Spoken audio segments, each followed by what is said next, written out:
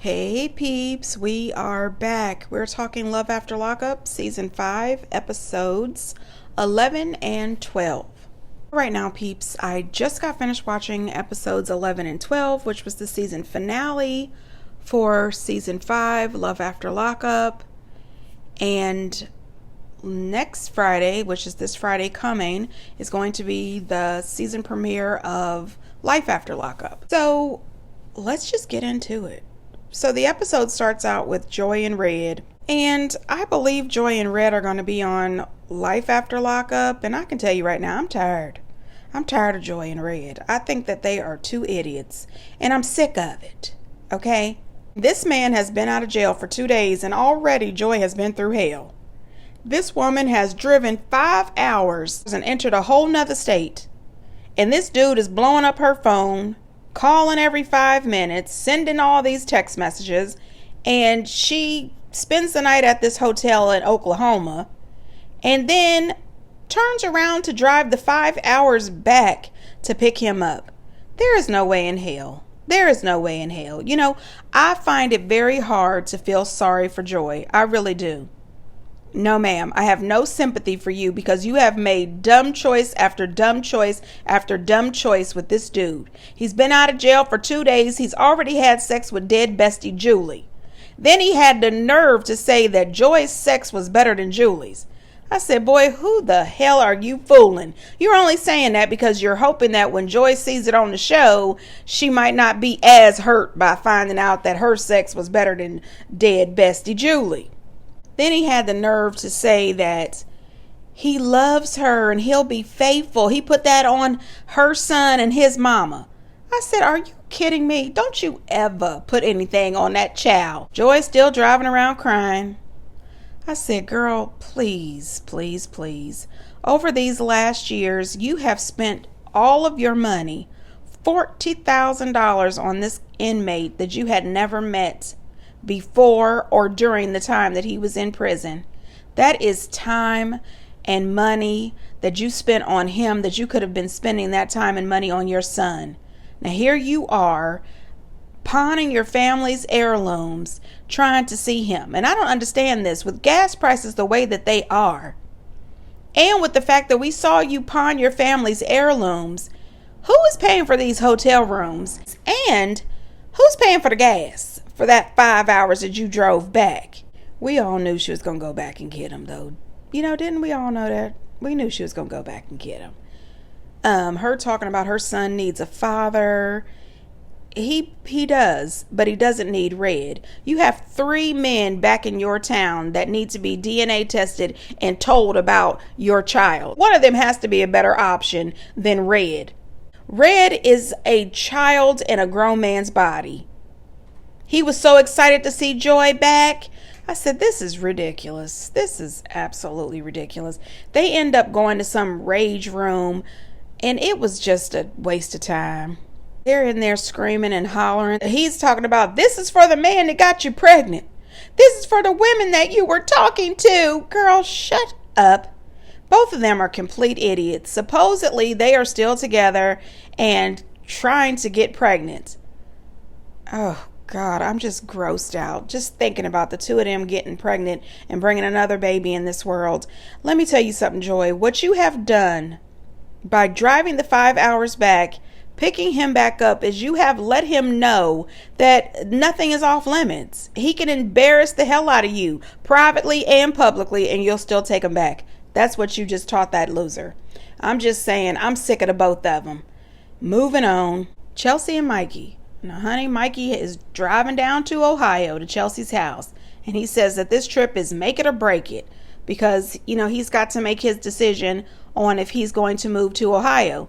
Personally, my feelings are you've got a good support system back in Kentucky. You live where you work. It's a family farm, and it's not too far from your daughter. I don't see any reason for you to move to Ohio to be with Chelsea.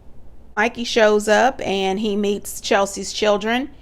And Chelsea's daughter made me a little bit sad. She says that there's been a lot of different men in and out of their lives and in and out of their homes.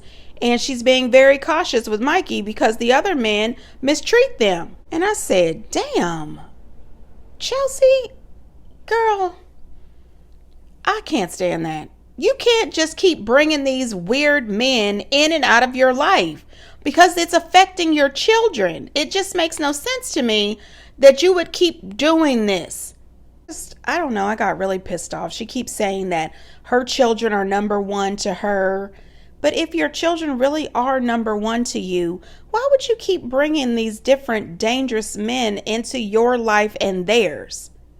Not only that, at one point she was talking about how her kids are number one to her, but you want Mikey to leave his daughter in Kentucky to come stay with you. You know, her kids get sick again and she leaves her friend Gio to take care of them while her and Mikey go on a date. But they can't even get to the date because it turns out that she didn't know, or she didn't get the paperwork, or she forgot that her son, who has a problem with the law, which we seen Mikey try to give him a little bit of advice. Well, it turns out that he was missing a court date. She ends up freaking out, and I don't know about anybody else, but her trying to look at and read text messages, make phone calls, look directly in Mikey's eye while driving freaks me the hell out. No, ma'am. You have got to pull over and take care of this. You have got to stop this. You have got to let Mikey drive you to the courthouse. All of this, I'm texting, I'm reading text, I'm looking you in your eye, I'm doing this, you looking everywhere but on the road. No, ma'am, I didn't appreciate none of that. She didn't want to give Mikey the sex. Still, the man's balls are blue. He was not getting the sex. They get into an argument because he asked her where she got this money from, and she didn't want to tell him. So he got up to leave. They were having a very quiet fight in the middle of this restaurant. And she said, people are looking at us. He said, I don't care. He did not ask this woman to have any money. He didn't ask her if he could see the money. All he said was, where are you getting the money from? Finally, she admits to him that she got the money from her mom's insurance when her mom passed away. I don't know why that was so difficult. She then tells him it's because people have stolen from her in the past. Girl, listen. I'm sick of you. And you know I was team Chelsea all the way. I really thought that Mikey was going to be the problem. Even her friend, when she came over, she said, I didn't trust you when you had that stroke. I just knew you was lying. And I said, yeah, me too. I totally thought that he was going to be the problem. In the end, he decides that he's going to move to Ohio to be with her. And I'm screaming in the background as if he can hear me saying, no. Mikey, listen. I think that you need to stay back in Kentucky with your family. Right now you are working, you've got a car, you're seeing your daughter, she needs you, and you're sober. Chelsea has way too much shit going on. She has way too much stuff going on. Her son has problems with breaking the damn law and going to court and having the police in his life. Chelsea gets attitude, pops off way too much. Her children have been through too much. It is too much and too soon for you to be living there. That's just my opinion. My opinion is run. Anyway, listen, at the end, she says she's going to give him the sex, okay? And at the end of the episode, they live together. But like I said, in my opinion, he needs to move on. Anyway, I'm going to go on and move on to this Britney and KCK. Okay, so listen, they're going to be on Life After Lockup too, and I'm already envisioning myself fast forwarding through them. I'm sick of them. The only thing good that came out of Britney and KCK is KCK's mama. I love that woman. Her heart is so big and so pure, and she just gives love. I love that lady. Britney and all this damn crying, I can't take it. The fact that these two just keep going back and forth about this baby, her running out crying and him asking her a very obvious question, are you crying? What the hell does it look like and sound like? She's crying. Okay, listen, I hate to say it, but KCK is right. They need to get themselves together. This man has been out of jail for less than a month. And you are trying to ask him to undo his transition so that you guys can get pregnant. And I am still trying to figure out, where the hell are y'all going to come up with the money for this IVF?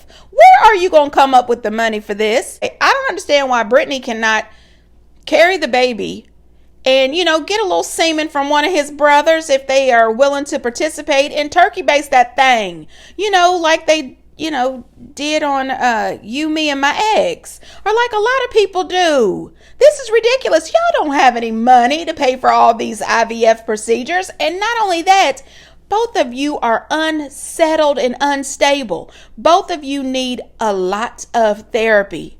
And I don't think that they make a really good couple. Key-Rock is too controlling and manipulating, and Britney is too damn young in the mind. Both of them need to go on about their business. Key-Rock is busy doing the best he can, trying to get his life back on track, trying to start a career. And you too busy wanting to play housewife. You have no direction. Don't force somebody to have a baby when they are not ready. Anyway, I'm sick of the both of them. Moving on. Melissa and Louie. Now listen, he goes to get his teeth pulled and get them dentures, right? His mom is in the room with him. I said, damn, Donna, you couldn't just sit out in the lobby and wait. You have to be back there. The man is 40 something. Why are you I'm sick of Donna. I really am. Anyway, Louie gets his teeth, and I'm thinking that he must have only got the top row of dentures, because them bottom ones didn't really look even, so I don't think he got bottom dentures. But anyway, his dentures was a little big, they was kind of ginormous, and it's going to take a little while. They've got to, wear them a little bit, and then I guess they'll adjust them or shave them down or something. I have no idea. But I personally, if I was Louie, I would just continue to wear my dentures while working and saving so that, he can get his sinuses pulled up and get him some of them good implants. Anyway, he gets the phone number of the dental hygienist with the bad hair. And what I did not appreciate is when he calls Melissa on FaceTime, she laughs at him. And I thought, how childish are you really? This dude just got all of his teeth yanked the hell out.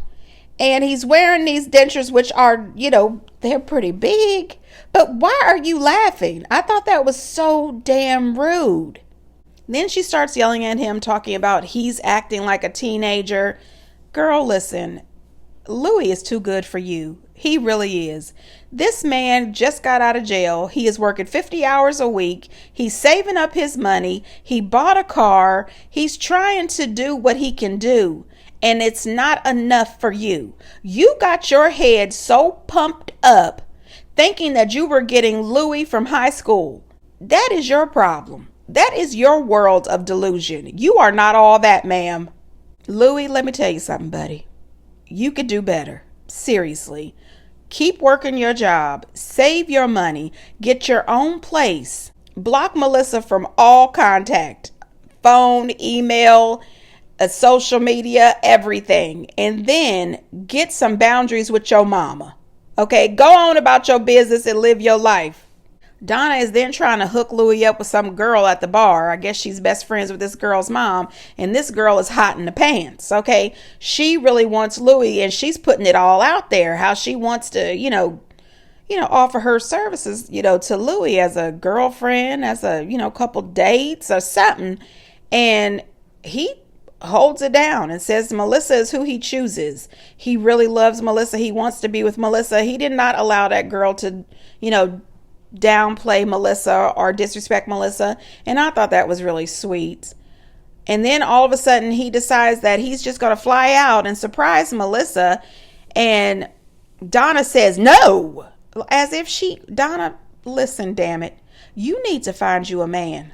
Get you a damn hobby. Maybe you can start crocheting or, making pottery or something. Go hang out at Joann Fabrics on Saturdays. You can get you some girlfriends. This is ridiculous. Anyway, he shows up to the bar that Melissa works at, and in my opinion, it looked like she was holding a patron's hand. She was extremely disrespectful to this man when he showed up there. I wish Louie could tell me what his top 3 qualities are that he sees in Melissa, because I can't find them. I think that deep down Melissa thinks that she is the prize, that Louie should be happy that she wants to be with him, or Louie should kiss the ground that she walks on.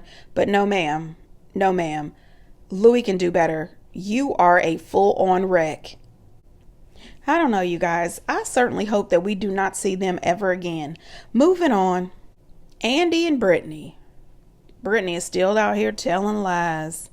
She starts off the episode by talking about how she left him very upset and went home to her family. Then the next thing you know, she was picking up her meth. I said, girl, who the hell is you fooling? We knew exactly what you were doing with that money. As soon as you got back from the ATM, you packed your stuff and jumped up. We knew you were going to see the meth man. Girl, quit playing with us. Talking about she's been off her meth for about a week. Ran out of money. Anyway, according to Andy's ex-wife, when she left Andy's house, she went and lived with her dealer ex-boyfriend for like a month while she, smoked up all the money. And then she ended up coming back to Andy. So supposedly there will be a future season with Britney and Andy on it, and her and Andy trying to make it work while she deals with this addiction, which I don't really understand. If Andy had such a hard time with his first ex-wife hooking up with a drug user, and, they ended up having a custody battle and all these other things, why the hell would you start dating a drug user? Andy is definitely not the brightest bulb in the chandelier, that's for sure. So she says that she's been clean for about a week and she just went to take a drug test so that she could have visitation with her kids. And I said, that says a lot. The people who have your children, maybe it's the fathers, they don't trust you around them damn kids. And I appreciate it. Absolutely test her before you let them kids around her. Nobody wants you to be around the damn kids high. Now, Andy is out here fishing with his kids, telling them what happened with Britney and how she, took the money and wanted him to give her his car. He tells production that he's never had a gambling problem. I don't know if that's 100% because his ex-wife, she is dropping all kinds of gems all over social media. And I know the WeTV people are sick of her because she is giving away all the plot lines for their next season. And, she said if they want her to shut up, send her a check. Okay. So Britney brings up that his ex-wife reached out to her, and the ex-wife had already told that. She said yes, she absolutely reached out to Britney when she found out about her. She says that her and Andy used to watch all the Love After Lockups. Love After Lockup, Love During Lockup, Life After Lockup, and they always chuckled about the couples. She had no idea that Andy had already started writing people in prison. He had Britney and he's got a backup girl. Andy really wanted to be on this show. However, while he was courting Britney, he was still talking to his now ex-wife, telling her how much he loved her, how much he will always love her, and that he wanted her back. And I thought it was weird because production said, so technically you're still married. Why didn't you tell Britney? And he says, I maintain I didn't lie to her. Excuse me, that is a lie. He says that there's going to be some aspects of your life that you're not going to share. Andy, that is an aspect of your life that is definitely something that I believe should be required. If you are out here trying to start a relationship with somebody, you damn well should be telling them if you're married or not, technically or not. Then she's telling her friend, talking about she still has a little bit of the money that Andy gave her and the money that her mom gave her while she was out trying to buy a care package for her daughter, Gracie. And then she had the nerve to talk about he still owed her money and he was lying to her. He didn't owe you shit. I said, look at Destiny 2.0. Remember when Destiny thought that Sean owed her $10,000? Now she's going to send him a message talking about she needs $200 to help her send Gracie a care package. Now he's sitting there in front of his kids acting like he's so big and bad, talking about, I'm just going to block her. I'm going to delete her, blah, blah, blah. Boy, please. As soon as he got some time away from them kids, the first thing he did was send her the $200. Was anybody shocked? Not me. Britney can kill me talking about her goal out of jail was to stay sober and be there for her kids. No, your goal was to get every dime you could get out of Andy. And I know that Andy is a piece of crap, but so are you. She's talking about Andy's a scammer. Excuse me? What did Andy get out of you? Phone conversations, and that's it. You got money and gifts out of him. You are the true scammer. Listen, Andy, you are an idiot. Okay? I don't know why you don't just drop this woman and move on. You're being used. She's not interested in you. She doesn't give a damn. Period. Moving on. Honey, now listen. Sheree and Anthony. Honey, listen. Anthony is a cheater and a biter. All right. So Sheree found out that Anthony was talking to other women on his cell phone, which I find shocking because he sure as hell didn't talk much on the show. He didn't have shit to say to her. Anyway, he decides he's going to grab her phone because he wants to see what she's doing on her phone. However, he didn't realize how strong she was and he couldn't get the phone from her. So he decides to take a bite out of her back. No, sir. No, bitch. The way I would stomp his little ass, I don't play them games. You don't put your hands on me, bitch. Thankfully, her son was not there. So she goes to pack up all of his shit. She's talking about how she's not going to put up with this. You're not going to behave like this. And I said, this is really weird.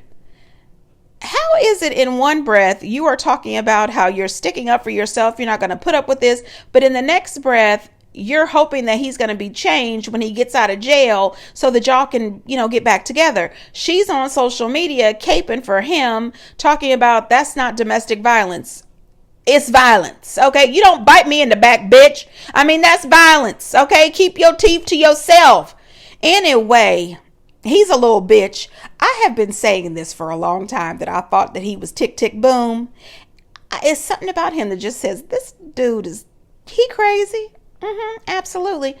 Anyway, she's talking about when he gets out of jail, she's hoping that they're still going to be together. Now, he got arrested because he got, because of the biting, but also because he had the coca on him. He got arrested for possession, so he's in the jail. What I do appreciate 1000% is that his mom kept it real. And she said that she doesn't appreciate how he behaved. He definitely needs to get himself together, and he also needs some anger management. It is clear that they've been here before, that she knows that he's got a problem and that he has put his hands on someone else. Also on social media, allegedly, this dude, Anthony, has a child and allegedly he's a deadbeat. And I said, isn't that crazy how you wanted to flex at the party in front of Big Rich and he wanted to tell Big Rich how to be a good dad. But according to your baby mama, allegedly, you suck at it.